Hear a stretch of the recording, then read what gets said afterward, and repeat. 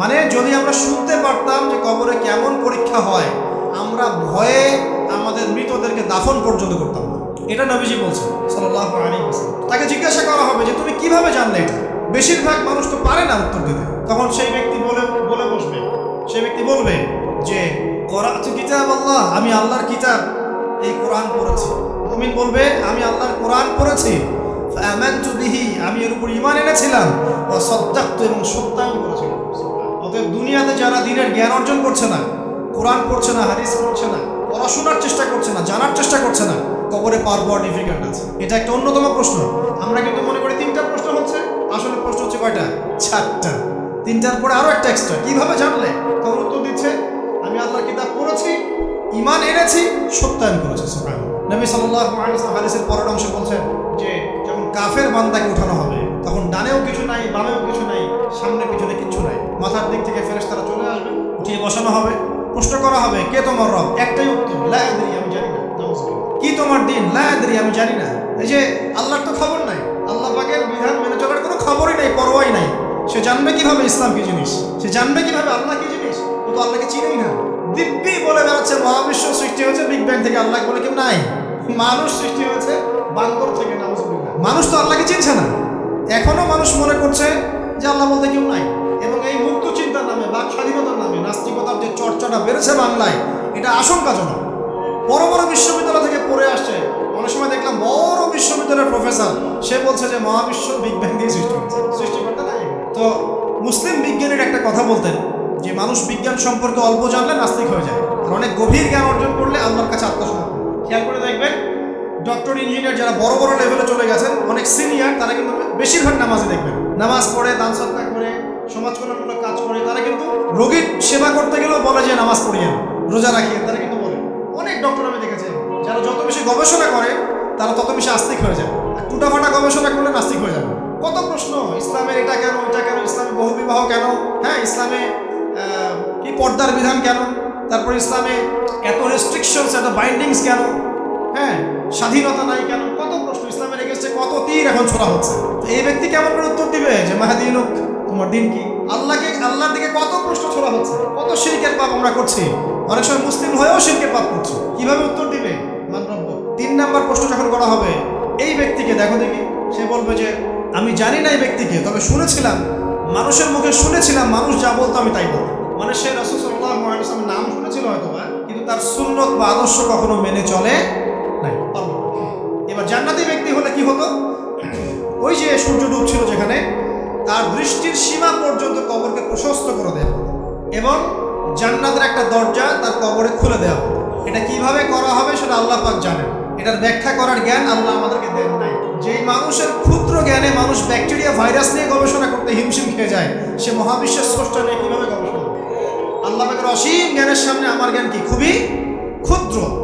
হাদিসে এসেছে বুখারী শরীফের মধ্যে যে একটা মহাসমুদ্রের মধ্যে যদি একটা পাখি 1 ফোঁটা পানি উঠিয়ে নিয়ে যায়, ওই 1 ফোঁটা পানি হচ্ছে মহাবিশ্বের জ্ঞান, আর বাকি পুরো মহাসাগর হচ্ছে আল্লাহ পাকের জ্ঞান। তো আমরা এই ক্ষুদ্র জ্ঞানের মানুষ হয়ে আল্লাহর জ্ঞানকে কেমন করে পেনিট্রেট করতে পারি? তো আল্লাহ পাক জান্নাতের দরজাগুলো খুলে দিবে, একটা দরজা খুলে দিবে, সেখান থেকে বাতাস আসবে, ওই জান্নাতের নাজ নেয়ামত উপভোগ করতে থাকবে, এবং তার রূহটাকে সবুজ রঙের পাখির আকৃতিতে জান্নাতে রেখে দেওয়া। ইল্লিন মানে ওখানে জান্নাতের নিয়ামত সে পাবে। এটাকে বলা হয় দারুল বারজাখ বা বারজাখের জীবন। জীবন অনেকগুলো, একটা ছিল রুহের জগৎ। রুহের জগতে আমরা সবাই ছিলাম। শোনেন, রুহের জগতে যার সাথে যার বন্ধুত্ব ভালোবাসা গভীর ছিল, দুনিয়াতে তার সাথে তার ভালোবাসা বেশি। এটা হয়তো জানেন না, জানতেন হাদিসটা? রুহের জগতে যদি কখনো আপনার সাথে আমার দেখা হয়ে থাকে, দুনিয়াতে আপনার সাথে আমার দেখা হবে ইনশাআল্লাহ। রুহের জগতে যদি আপনার আমার মধ্যে ঘনিষ্ঠ ভালোবাসা থেকে থাকে, এখানেও ভালোবাসা হয়ে যাবে ইনশাআল্লাহ। এটা বলে আমি আবার তোমাদের বয়ফ্রেন্ড গার্লফ্রেন্ড ভালোবাসা করে নিই, ওই ভালোবাসার কথা বলি। আবার রুহের জগতে বিদ্বেষ, এখানেও দেখবেন বিদ্বেষ। ওটা একটা জগৎ ছিল যেখানে আল্লাহ পাক সমস্ত আদম সন্তানকে সৃষ্টি করে তাদের রূহটাকে রেখেছিলেন, এবং ওয়াদা নিয়েছেন। কি ওয়াদা? আল্লাহ পাক বলেছিলেন আলাস্তু বিরাব্বিকুম, সূরা আরাফের 182 নম্বর আয়াত পড়ে দেখবেন, 182 নম্বর আয়াত। আল্লাহ পাক বলেছিলেন যে আমি ওয়াদা নিয়েছিলাম, আলাস্তু বিরাব্বিকুম, আমি কি তোমাদের রব নই? আমরা সবাই বলেছিলাম বালা ইয়া রব্বি, অবশ্যই আপনি আমাদের রব। দুনিয়াতে এসে আমরা ভুলে গেছি। এই ভুলে যাওয়াটা মনে করায় দেওয়ার জন্য আল্লাহ পাক আসমানে কিতাব নাজিল করেন, নবী রাসূল পাঠান, আমাদের কান পর্যন্ত ইসলামের দাওয়াত পৌঁছে দেন, যাতে আমরা মনে করতে পারি। এবার আসেন রুহের জগতের পর আসলাম এই যে দুনিয়ার জগৎ, দারুদ দুনিয়া। দুনিয়ার মধ্যে আছি হয়তো 50, 60, 70, 100 বছর হাইয়েস্ট। এরপর যাবে দারুল বারজাখ, বারজাখের জগৎ। পাপী ব্যক্তি হলে জাহান্নামের দরজা খুলে দেওয়া হবে আর জাহান্নামের সে আযাব ভোগ করতে থাকবে, এবং পুণ্যবান ব্যক্তি হলে জান্নাতের দরজা খুলে দেওয়া হবে এবং এর নাজ নেয়ামত সে ভোগ করতে থাকবে। তখন তাকে বলা হবে এটা জান্নাতের সেই জায়গা যেখানে তুমি থাকবে। এটা দেখার সাথে সাথে, শোনার সাথে সাথে তার যে খুশি উৎফুল্লতা আরো অনেক বেড়ে যাবে এবং সে কি করবে জানেন? সে পৃথিবীতে ফিরে আসতে চাইবে। সে বলবে আমাকে আমার পরিবারবর্গকে জানাতে দেন, আমাকে আমার পরিবারবর্গকে জানাতে দেন যে আমি ভালো আছি। তখন ফেরেশতারা তাকে বলবেন যে এটা সম্ভব না, তোমার এবং তাদের মাঝে দারুল বারজাখ আছে, তুমি এটা ভেদ করে যেতে পারবে না। তখন তার আত্মাটাকে ইল্লিনে দেওয়া হবে, একটা সবুজ পাখির আকৃতিতে জান্নাতে ঘুরে বেড়াবে। আর যদি জাহান্নামী হয় তাহলে যে বললাম দরজা খুলে যাবে, জাহান্নামের মর্মান্তিক আযাব তার দিকে আসতে থাকবে। কবর সংকুচিত হয়ে আসবে এমনভাবে যাতে তার বাম পাঁজর ডান পাঁজরের ভিতরে এইভাবে ঢুকে যাবে। এই আযাব চলতে থাকবে ইলা ইয়াউমি ইউবআসুন, পুনরুত্থানের দিন পর্যন্ত। এখন এই যে হাদিসটা আপনারা শুনলেন, এই হাদিসটা ব্যক্তিকেন্দ্রিক নয় কি? এখানে তিনটা বিষয় আপনাকে ফোকাস করতে হবে আমাদের। এক, তাওহীদ, আল্লাহ পাকের তাওহীদ। দুই, রিসালাত, রাসূলুল্লাহ সাল্লাল্লাহু আলাইহি ওয়াসাল্লামের রিসালাত, এবং আখিরাত, পরকাল। এই তিনটা বিষয় খুব স্বল্প কথায় বলছেন। এখন তাওহীদ কি? আল্লাহ পাকের একত্ববাদ। এক আল্লাহকে আপনি সৃষ্টিকর্তা মানবেন, রিজিক দাতা মানবেন, পালনকর্তা মানবেন, সন্তান দাতা, ভালো মন্দের মালিক, সমস্ত কিছুর মালিক কে? আল্লাহ। আল্লাহ আল্লাহ আমাকে বাঁচিয়ে রেখেছেন, আল্লাহ আমাকে মৃত্যু দিবেন, আল্লাহ আমাকে রিজিক দেন, আল্লাহ আমাকে সন্তান দিবেন, আল্লাহ আমার ভালোর মালিক, আল্লাহ মন্দের মালিক, আল্লাহ সমস্ত কিছুর মালিক। এই কনসেপ্ট পরিষ্কার থাকবে, লা ইলাহা ইল্লাল্লাহ পরিষ্কার থাকবে। সমস্ত বিষয় কার পক্ষ থেকে? আল্লাহর পক্ষ থেকে। তাওহীদ, সংক্ষিপ্ত কথায় বললাম তাওহীদ। এর মধ্যে তিনটা ক্লাসিফিকেশন আছে, রুবুবিয়্যাত, উলুহিয়্যাত, আসমা ওয়া সিফাত। এটা আপনারা কিতাবুত তাওহীদ বই থেকে পড়ে নিয়েন।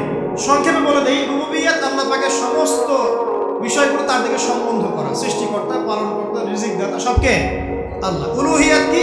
দুনিয়াতে এসেছি আল্লাহ পাকেরই দাসত্ব করতে হবে, অন্য কারো দাসত্ব চলবে না। তাওহীদ উলুহিয়াত। আসমা ওয়া সিফাত কি? আসমা ওয়া সিফাত মানে হচ্ছে আল্লাহ পাকের নাম গুণাবলীগুলো আছে। আল্লাহ পাক রহমান, আল্লাহ পাক রহিম, আল্লাহ পাক রাজ্জাক, হ্যাঁ, আল্লাহ পাক গফুর, আল্লাহ পাক শরীফুল ইকাব, সমস্ত গুণাবলী কার?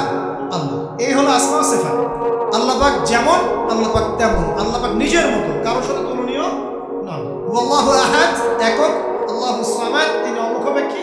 লাম ইয়ালিদ ওয়া লাম ইউলাদ, তিনি জন্ম দেননি, জন্মিতও নন। ওয়া লাম ইয়াকুল লাহু কুফুয়ান আহাদ, তার সমতুল্য আর কিছুই নাই।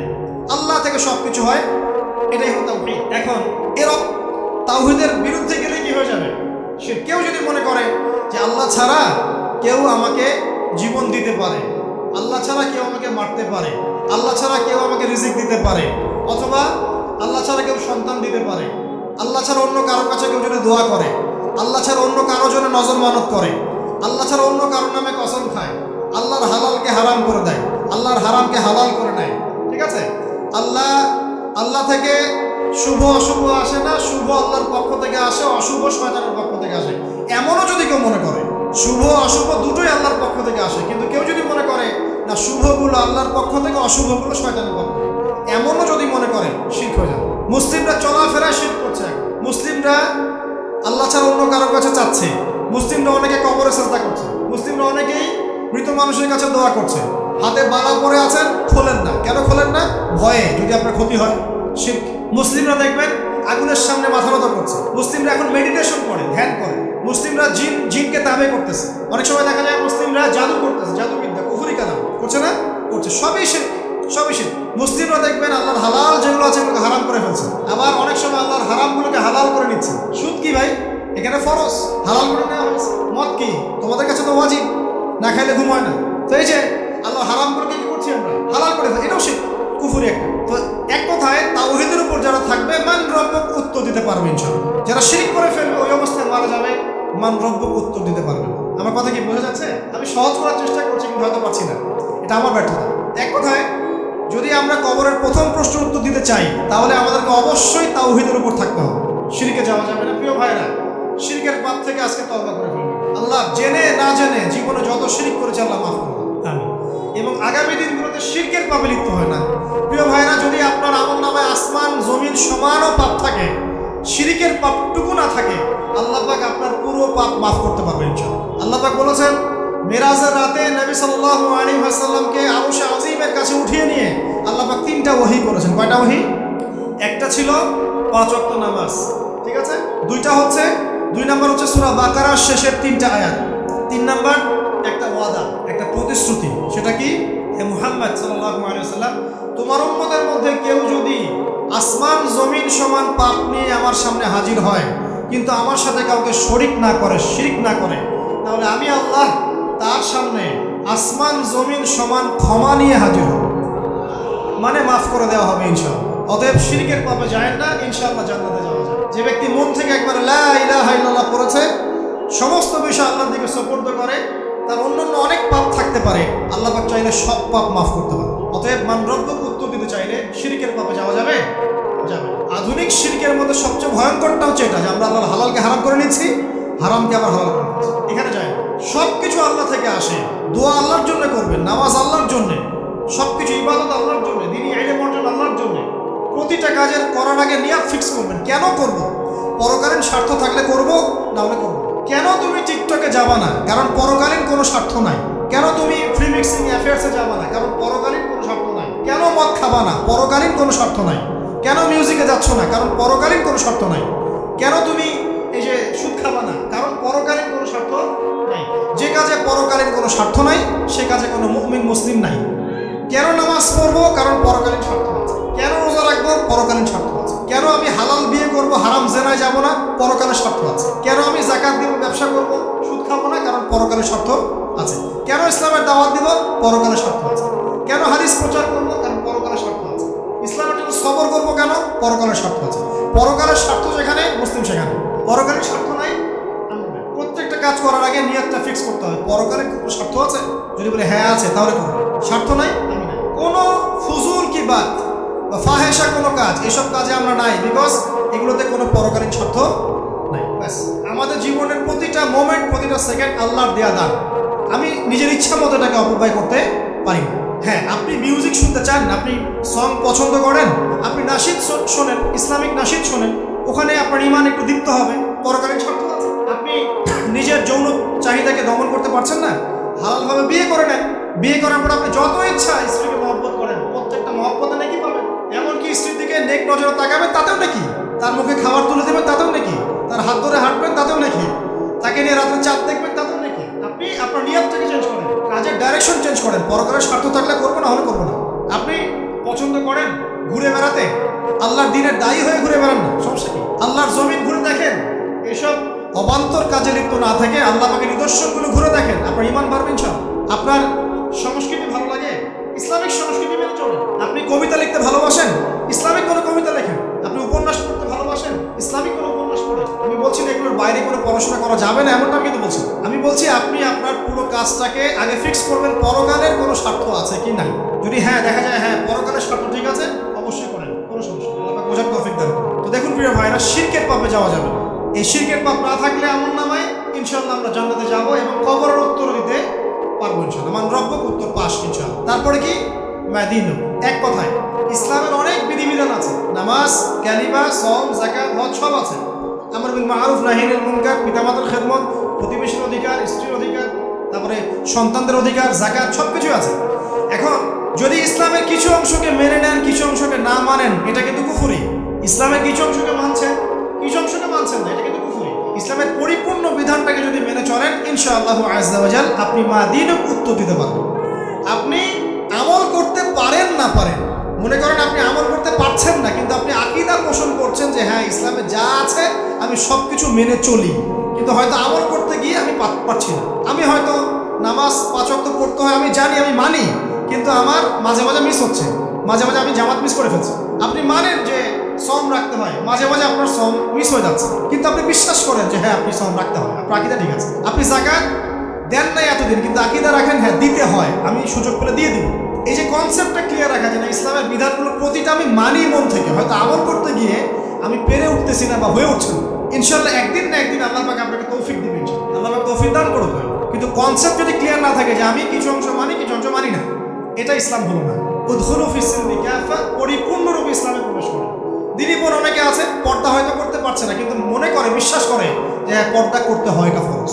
ইনশাআল্লাহ আল্লাহ চাইলে ওকে একদিন তৌফিক দিবেন ইনশাআল্লাহ। হয়তো এখন মুখ খোলা আছে, হয়তো বা আগে গেঞ্জি টি শার্ট পরে ঘুরতো, এখন সেলোয়ার কামিজ পরছে, ঢিলে ঢালা জামা পরছে, এখনো বোরখা পরছে না। ওকে তুচ্ছ তাচ্ছিল্য করার দরকার নাই আমাদের। ওকে আরো বোঝান, আরো নরম হন, আরো বুঝিয়ে সুঝিয়ে ইসলামের দিকে আনার চেষ্টা করুন। এত দূর এসেছে, ওই পর্যন্ত যাবে ইনশাআল্লাহ। কারণ ও বিশ্বাস করে হ্যাঁ পর্দা করতে হয়, আমি মানি পর্দা করতে হয়, কিন্তু আমি এখন করতে পারছি না, ইনশাআল্লাহ করবো, আল্লাহ পাক চাইলে তৌফিক দিবেন ইনশাআল্লাহ। তো এই যে বিষয়টা, যে ইসলামকে মনে আগে ধারণ করা, যে না আমি মানি ইসলামের প্রত্যেকটা বিধান ঠিক আছে। চুরি করলে চোরের হাত কাটতে হয়, ইসলাম বলছে। ডাকাতি করলে শাস্তি আছে। জেনা যদি কেউ করে 100 বেত্রাঘাত, মদ খাইলে 40টা বেত্রাঘাত, ব্যভিচার যদি করে কেউ, পরকীয়া করে বিবাহিত ব্যক্তি, রজম।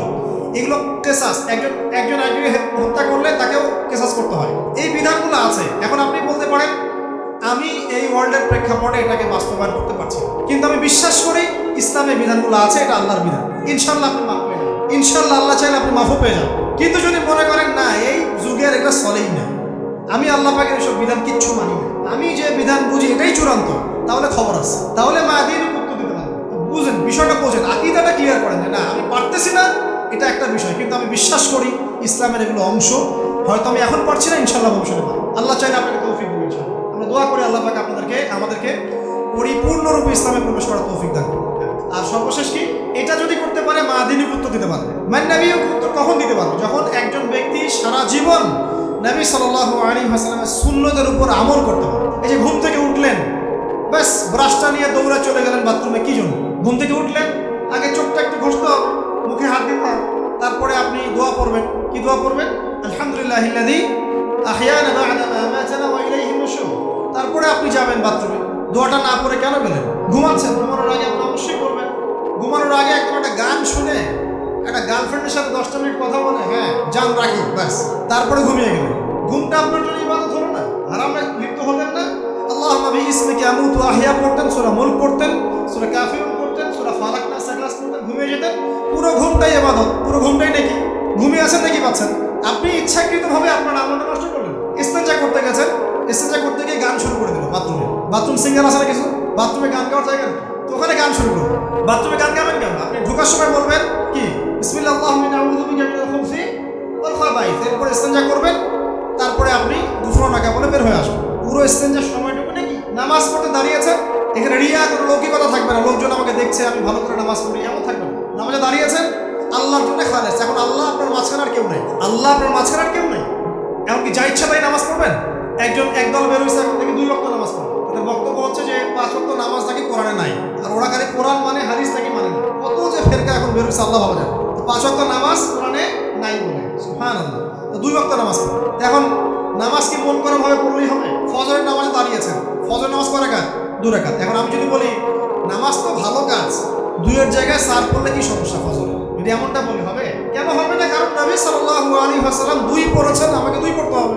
সিম্পল। 4 পড়লে আপনার নামাজ বাতিল। ফজরের নামাজ 4 রাকাত পড়লে নামাজ কি বাতিল হবে না? মাগরিবের নামাজ দাঁড়িয়েছেন 3 রাকাত নামাজ, তাহলে আপনি মনে চিন্তা করছেন না 3-এর জায়গায় আমি 4 পড়ব, 5 পড়ব। নামাজ তো ভালো জিনিস, বেশি করলে কি সমস্যা? সবকিছু বেশি করতে হয় না। রাসূলুল্লাহ সাল্লাল্লাহু আলাইহি ওয়াসাল্লাম যা দিয়েছেন তাই করতে হয়।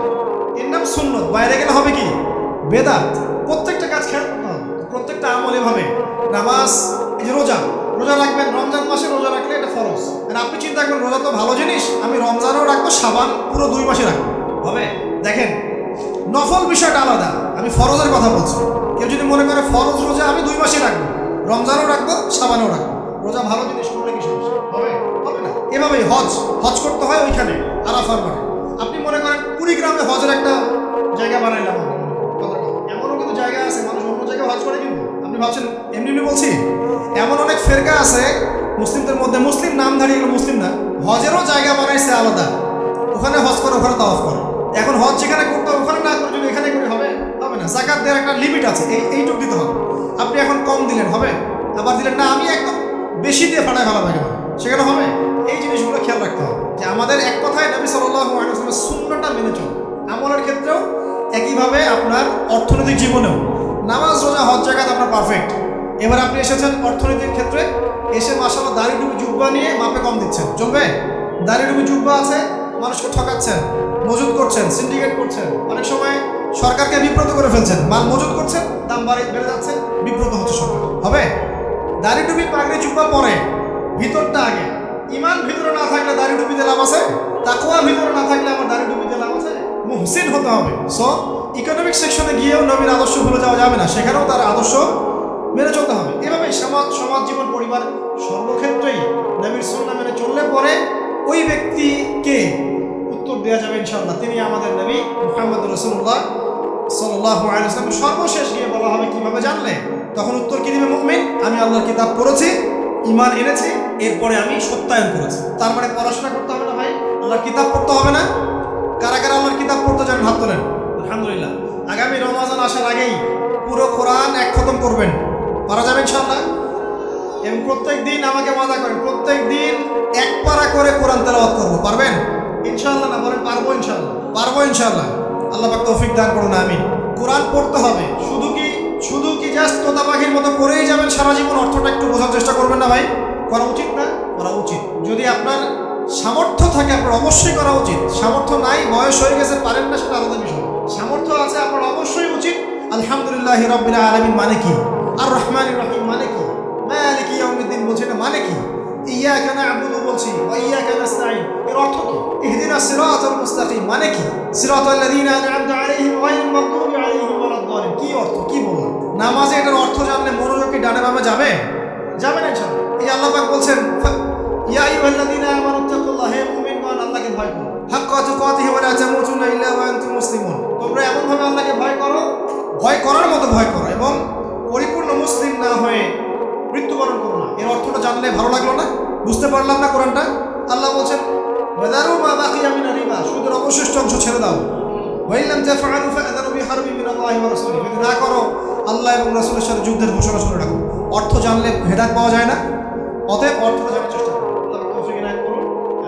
অর্থ বোঝার ক্ষেত্রে যদি কোনো প্রতিবন্ধকতা পাক সামনে, আলেম ওলামার কাছে যাবেন, জিজ্ঞাসা করে অর্থ জেনে নেবেন। নিজে নিজে আমার মন করে ব্যাখ্যা করতে যায় না। কোরআন বুঝতে গেলে হাদিস লাগবে, হাদিসগুলো পড়তে হবে। হাদিসের কিছু বই কিনবেন, রিয়াদুস সালেহিন, ফায়জুল কালাম, এই যে আপনারা পড়েন, মুনতাখাব হাদিস পড়েন, ঠিক আছে, বুলুগুল মারাম মিন আদিল্লাতিল আহকাম, মিশকাতুল মাসাবি, এই বইগুলো বাসায় রাখবেন। এরপরে আস্তে আস্তে কিনবেন আবু দাউদ, তিরমিজি, নাসাই, এগুলো কিনবেন। পরে গিয়ে বুখারী মুসলিমের অনুবাদ কিনবেন, আগে কিনবেন। এগুলো কঠিন হাদিস, এগুলো আগে পড়লে আপনি মাথাটা আপনার কিন্তু ঘুরতে থাকবে। আগে কি ক্লাস 8-এ পড়বেন না আগে এইচএসসি দিবেন? আগে ক্লাস 7-8 পার করে যান, তারপরে দিবেন। আল্লাহ বোঝার তৌফিক দান করুন। প্রিয় ভাইরা, ইলম অর্জন করতে হবে। ইলম অর্জন করলে পরে আপনি তালেবে ইলমের পায়ের নিচে আল্লাহর ফেরেশতারা পাখা বিছিয়ে দিবে ইনশাআল্লাহ। ইলম অর্জন করে আপনি যখন আলেম হবেন বা দ্বীনের জ্ঞান অর্জন করবেন, তখন আপনি দাওয়াতের কাজও করতে পারবেন। আপনার দাওয়াতে যত মানুষ ইসলামের দিকে আসবে সমস্ত নেকি আপনি পাবেন ইনশাআল্লাহ। এবং যখন আপনি আরো বড় আলেম হয়ে যাবেন, আল্লাহ তৌফিক দান করুন, তখন আসমানের যত মাখলুক এবং জমিনের যত মাখলুক, এমনকি গর্তের মধ্যে যে পিপিলিকা আছে সেগুলোও, এমনকি সাগরের নিচে মাছ আপনার জন্য ইস্তেগফার করবে, দোয়া করবে ইনশাআল্লাহ। আল্লাহ পাক আমাদের সবাইকে শিরক মুক্ত আমল করার তৌফিক দান করুন, আমিন। আল্লাহর তাওহীদের উপর থাকার তৌফিক দান করুন, আমিন। আল্লাহ পাক আমাদের সবাইকে দ্বীন ইসলাম পরিপূর্ণরূপে পালন করার তৌফিক দান করুন, নবী সাল্লাল্লাহু আলাইহি ওয়াসাল্লামের আদর্শ মেনে চলার তৌফিক দান করুন, এবং দ্বীনের জ্ঞান অর্জন করার তৌফিক দান করুন। দুনিয়াতে আমরা যতদিন বেঁচে থাকবো ইসলামের উপর যেন বেঁচে থাকতে পারি, এবং আমাদের মৌতের পর দারুল বারজাখ বা কবরের জিন্দেগি আল্লাহ পাক আমাদেরকে এই ভয়াবহ ফিতনা থেকে, আযাব থেকে হেফাজত করুন, আমিন। সবাই একটা দোয়া পড়েন আমার সাথে, আল্লাহুম্মা ইন্না নাউযু বিকা মিন আযাবিল কবরি ওয়া আযাবি জাহান্নামা ওয়া মিন ফিতনাতিল মাহইয়া ওয়াল মামাত ওয়া মিন শাররি ফিতনাতিল মাসিহিদ দাজ্জাল। আল্লাহ রাব্বুল আলামিন আমাদের সবাইকে ইসলামের জন্য কবুল করুন, আমিন।